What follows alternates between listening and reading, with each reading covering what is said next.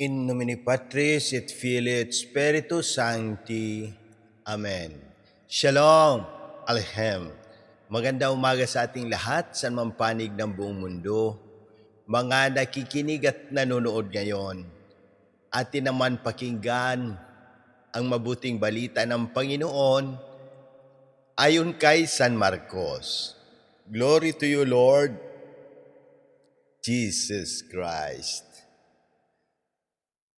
Noong panahong iyon, nagsimula magsalita si Jesus sa mga punong saserdote, mga eskreba at matatanda ng bayan.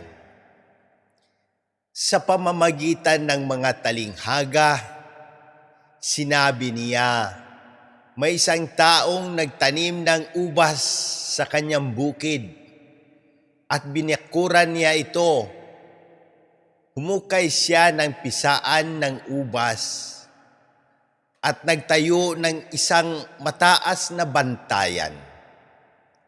Pagkatapos, iniwan niya ang ubasan sa mga kasama at siya'y nagtungo sa ibang lupain. Nang dumating ang panahon ng pitasan, pinapunta niya ang isa niyang utusan upang kunin sa mga kasama ang kanyang kaparte. Ngunit sinunggaban ng mga kasama ang utusan, binugbog at pinauwing walang dala. Ang may-ari nagpapunta uli ng ibang utusan, ngunit kanilang pinukpok ito sa ulo at dinusta. Nag-utos na naman ng isa pa, ngunit pinatay nila ang utusang iyon. Gayon din ang ginawa nila sa marami pang iba. May binugbog, may pinatay, isa na lang ang natira na maaring papuntahin sa kanila, ang kanyang minamahal na anak.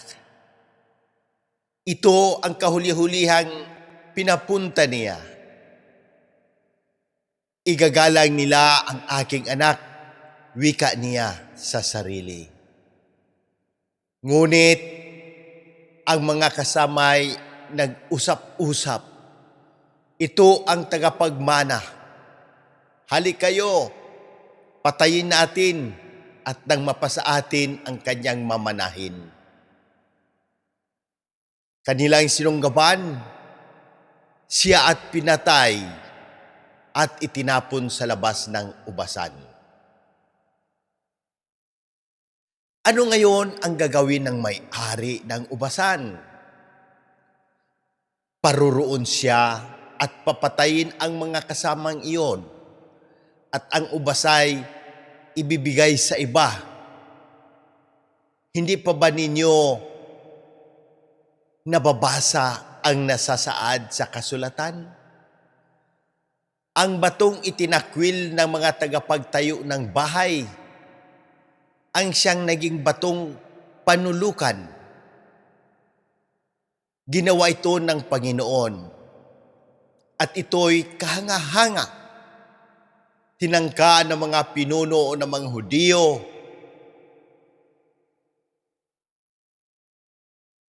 nadakpin si Jesus sapagkat nahahalata nilang sila ang pinatatamaan sa talinghagang iyon.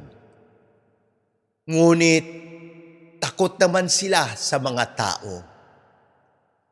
Kaya't hindi nila siya inaano at sila'y umalis. Ang mabuting balita ng Panginoon. Praise to you, Lord Jesus Christ. Pagnilaya natin bilang mga Romano Katoliko, at pagunita kay San Justino Martir ngayong Lunes na 9 na linggo sa karaniwang panahon. Sa mabuting balita ngayon, ikwento ni Jesus ang talinghaga ng mga masasamang katiwala sa ubasan. Ang may-ari ng ubasan ay sumasagisag sa Diyos Ama. Ang mga utusan ay ang mga propeta at ang minamahal na anak ay si Jesucristo. Sa halip na tanggapin at igalang ang anak, siya ay tinakwil at pinatay. Ang mensahe ng Ebanghelyo ay malinaw. God continuously reaches out to His people with love, mercy, and patience. Ngunit marami pa rin ang tumatanggi sa kanyang paanyaya. Minsan, tayo rin ay nagiging tulad ng mga katiwala. Kapag inuuna natin ang ating kagustuhan kaysa sa kalooban ng Diyos. Sa unang pagbasa, pinaalalahanan tayo ni Apostol San Pedro na patuloy na lumago sa pananampalataya. Kabutihan, kaalaman, pagtitiis, kabanalan, pagmamahal sa kapwa, at pag-ibig sa Diyos. Ito ang landas ng tunay na alagad ni Kristo. Paano tayo mananatili sa pag-ibig ni Kristo sa panahon ngayon? Ang madalas na pagdalo sa banal na misa. Madalas na pagtanggap ng sakramento ng kumpisal. Pagdarasal ng Santo Rosario at pagbabasa ng salita ng Diyos araw-araw. Pagpapatawad sa mga nagkasala sa atin. Pagiging mabuting halimbawa sa pamilya at komunidad. Pagpapahayag ng mabuting balita. Hindi lamang sa salita, kundi lalo na sa gawa. Mga halimbawa ng mga santo, si Saint Justine Martir ay nanindigan sa pananampalataya kahit humantong ito sa kanyang kamatayan. Si Saint Francis of Assisi ay iniwan ang kayamanan upang mamuhay para kay Kristo. Si Saint Teresa of Calcutta ay naglingkod sa mahihirap bilang tanda ng pagmamahal ng Diyos. Si Saint John Paul II ay walang sawang nangaral ng Ebanghelyo sa buong mundo. Mga kapatid, tandaan natin, Diyos, kung tapat at totoo, ikaw lang ang pag-asa ko. Kahit maraming pagsubok, kasinungalingan, kaguluhan, at tukso sa mundo, mananatili tayong nakakapit kay Kristo. Ipagpatuloy natin ang pagpapahayag ng kanyang salita sa bawat bayan, sapagkat ang pangako ng Diyos ay mananatiling totoo. Pagpapalain ang lahat ng bansa sa daigdig sapagkat ikaw ay tumatalima sa akin. Manalangin tayo. Amang makapangyarihan, salamat po sa iyong walang hanggang pag-ibig at awa.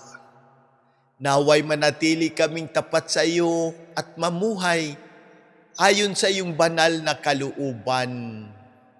Ipinapanalangin namin ang kagalingan ng lahat na may karamdaman, pisikal, emosyonal, mental, at espiritual. Hipuin mo po ng iyong mapagpagaling na kamay sina Monsignor Ismael, Padre Arnel, Padre Ayan, Padre Lorenzo Boots, Padre Boy, Raul, Jonah, Adela, Fatima, Raymond Lawrence, Faith, Rino, Rochelle, Irene, Ami, Josefina, Elvera, at ang buong aming pamilya. Basbasan mo rin ang lahat ng nakabasa, nakikinig at nakapanood nito na mayroong karamdaman.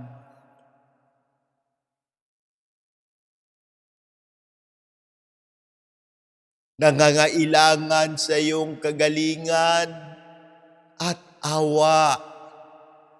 Pagpalain mo ang lahat ng kaparian, mga relihiyoso, relihiyusa. Patuloy mong gabayan ang aming mahal na Santo Papa Pope Leo XIV, ang mga obispo, ang aming kura paruko, diocesan administrador, Monsignor Claro Caloya, Sister Sara, Jerry, Erlinda, at ang buong sambayanan ng Diyos. Basbasan mo rin ang pamahalaan ng Pilipinas, ang aming Presidente Ferdinand Marcos Jr. upang mamuno ng may katotohanan, katarungan, at malasakit sa bayan. Kaawaan mo ang mga yumao, lalo na sina Pope Francis, Janet, Hiram, Padre Cesar, at lahat ng aming mahal sa buhay na pumanaw na. Pagkalooban mo sila ng walang hanggang kapahingaan. Ilayo mo kami sa lahat ng unos, kalamidad, sakuna, digmaan, sakit, at kapahamakan. At sa pamamagitan ng makapangyarihan, pamamagitan ng mahal na Berheng Maria, ilapit mo kami sa iyong anak na si Jesucristo. Amen. Maligayang kaarawan sa aking minamahal na asawa na si Jonah. Naway pagpalaing ka ng Diyos ng mabuting kalusugan, mahabang buhay, kapayapaan ng puso at masaganang biyaya. Naway manatili kang gabay at pagpapala sa ating pamilya. Happy birthday and God bless you always. Ang batong itinakwil ng mga tagapagtayo ng bahay ang siyang naging batong panulukan. In nomine Patris et Filii et Spiritus Sancti. Amen. God bless!